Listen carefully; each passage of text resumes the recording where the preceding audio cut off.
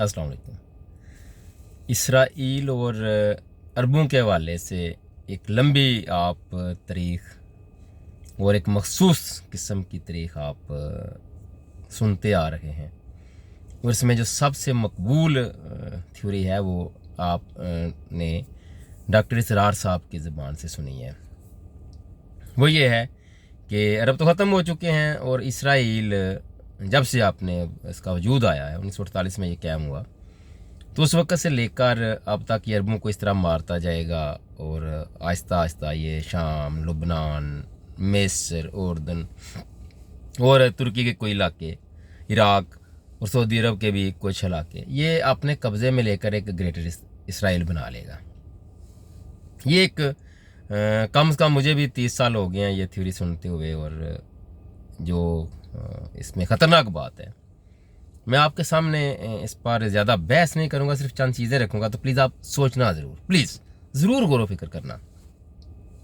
इसमें रवायात का, अहादीस का और मजहबी हवाला जात दिए जाते हैं कि ये एक दजाल की कोई किस्म है, ये इसराइल को दजाल ही समझ लें, या कोई दजाल और आएगा तो लेकिन ये उसके लिए रास्ता वार कर रखे हैं, और इमाम मेहदी आएंगे और वो फिर मुसलमान या हज़रत ईसा अलैहिस्सलाम दोबारा आएंगे और हज़रत और उनकी क़ियादत में फिर सारे लोग इकट्ठे होकर दज्जाल को शिकस्त देंगे। ये इस तरह की मिलती जुलती कुछ अल्फाज आगे पीछे हो सकते हैं, या मैं कोई ज़ाहिर तफसील के साथ तो बयान कर नहीं रहा। तो ये थ्योरी का मेन जो कॉन्सेप्ट है वो आपके सामने रख रहा हूँ। तो आप देख रहे हैं कि वो सारा अब आस्ता आस्ता इसराइल उसी तरफ बढ़ भी रहा है कि वो अपने सारे हमसाए अरब ममालिक हैं, वो जब जी चाहता है, जिस पे जी चाहता है, जब जी चाहता है चढ़ दौड़ता है, कोई रोकने वाला नहीं है उसको। इसमें जो सबसे ज़्यादा ख़तरनाक अंसर है वो है मज़हब का वाला। उसमें जो इमाम मेहदी आएंगे या हज़रत ईसा अलैहिस्सलाम दोबारा आएंगे तो फिर वही आके हमें बचाएंगे, बाकी हमें कोई बचा नहीं सकता। अब आपने जो मैं आगे बयान करने जा रहा हूँ, बात करने जा रहा हूँ, गौर व फिक्र करना है, तफसील के साथ नहीं, कुछ चीज़ें आपके सामने मैं रखूँगा। एक तो अल्लाह ताला ने जो कुरान में, देखें ये हमारे पास आखिरी ज़ाब्ता याद है, अल्लाह के रसूल आखिरी नबी हज़रत मोहम्मद सल्लल्लाहु अलैहि वसल्लम हैं, ये मेरा ईमान है, अक़ीदा है। और कुरान के सामने आपकी कुरान की कुछ चीज़ें आपके सामने रखता हूँ, तो फिर आप देख लेना। मैं हाफ़िज़ नहीं हूँ इसलिए मैं आपके सामने आयात तो नहीं रखूँगा, लेकिन तर्जमा रखूँगा, वो आप गूगल पे कहीं भी सर्च कर सकते हैं, देख सकते हैं कि कौन सी आयत है, कौन सा सूरा, कौन सा पारा है। अल्लाह ताला ने कुरान में कहा है कि ए नबी, मैंने तुम्हारा दीन तुम पर मुकम्मल कर दिया, उसको बतौर दीन इस्लाम पसंद किया। अब जो चीज़ मुकम्मल होगी और आखिरी नबी भी आ गए, तो फिर किसी नए नबी की, किसी नए इमाम की, किसी दोबारा कोई वापस आ जाए, उसकी क्या ज़रूरत है? आपने सिर्फ इस पर गौर व फिक्र करना है। मैं अपना नुक्ता नज़र नहीं दे रहा, सिर्फ आपके सामने एक आयत रखी है और उसके हिसाब से आपसे सवालात चंद रखूँगा। इसी तरह अल्लाह ताला कहता है कि जो इंसान, जो रूह इस दुनिया में आई, पैदा हुआ, वो मर गया, इस दुनिया से चला गया, और जजमेंट डे, जो क़यामत का दिन है, जो रोज़ आखिरत है, उस दिन वो उठाए जाएंगे।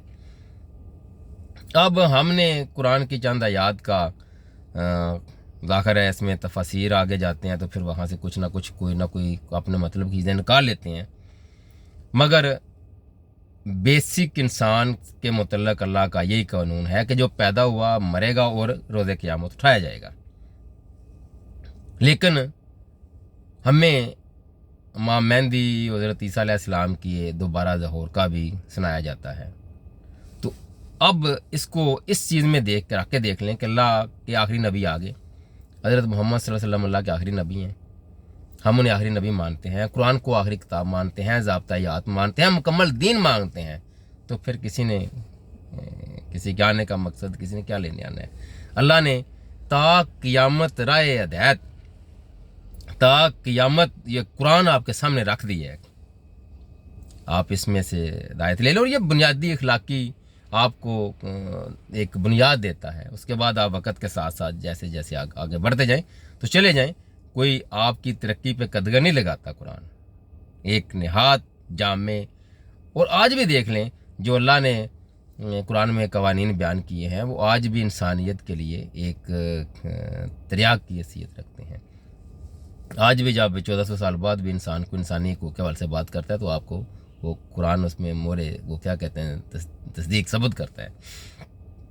तो इसमें आप ये सोचें कि कैसे हमें रवायात और आप सल्लल्लाहु अलैहि वसल्लम के साथ बातें मंसूब करके जिनको हदीस कहते हैं, देखें ये भी तो हदीस है जिसने मिलावट की वो हमें से नहीं, झूठ बोलने वाला हमें से नहीं, सफाई निस्फ़ ईमान है। ये आपको ऐसी बातों की बजाय ऐसे रवायात में उलझा देते हैं जिनका कोई सर पैर नहीं, जो जिनका कुरान के साथ कोई दूर दूर का कोई तल्लक नहीं है। वो एंटी कुरान है, वो कुरान के फ़लसफे के ख़िलाफ़ हैं। वो रवायात आपके दिमाग में इस तरह रास्ता कर दी गई हैं, जिस तरह ये इसराइल के हवाले से कि ये अरबों को इस तरह जाता है। डॉक्टर इसरार साहब के आप सुन सकते हैं निकाल कर वो तकारीर कि कोई रोकने वाला नहीं, अरब ख़त्म हो गए और ये इसी तरह ग्रेट इसराइल बन जाएगा। यार अगर आपको एक पता है, देखें अनजाना अनदेखा दुश्मन हो उसका मुकाबला नहीं किया जा सकता, यह मुश्किल होता है। आपके सामने आपका दुश्मन भी सामने है और उसकी जो कुछ उसने करना है वो भी सामने है, उसकी सारी जो तदबीरें हैं जो उसका लाया अमल है वो सारा आपके सामने को ये करेगा, तो आप रोक क्यों नहीं सकते? क्यों? क्योंकि आपके दिमागों में इधर फिट कर दिया गया है कि आपने इस तरह मगलूब होते जाना है और ईसा अलैहिस्सलाम या मामेंदी आएंगे, उनका ज़हूर होगा, वही आपको आपके बचाएंगे। एक तरफ ये हमारे जो प्यारे आका हज़रत मोहम्मद सल्लल्लाहु अलैहि वसल्लम अल्लाह के आखिरी नबी हैं, उनके नबूवत पर ये चोट पहुँचाते हैं, ये वाले जो नुक्ता नज़र है।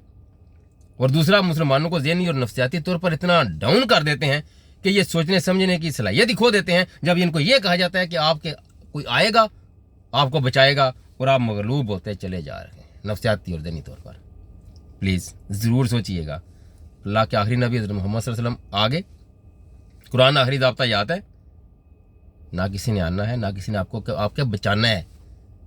अल्लाह ने तो हुक्म दिया है दुश्मन के मुकाबले में आपने घोड़े तैयार रखो, हर वक्त का घोड़ा अपना, यानी जंगी हथियार। ज़रूर सोचिएगा। अल्लाह हाफ़िज़।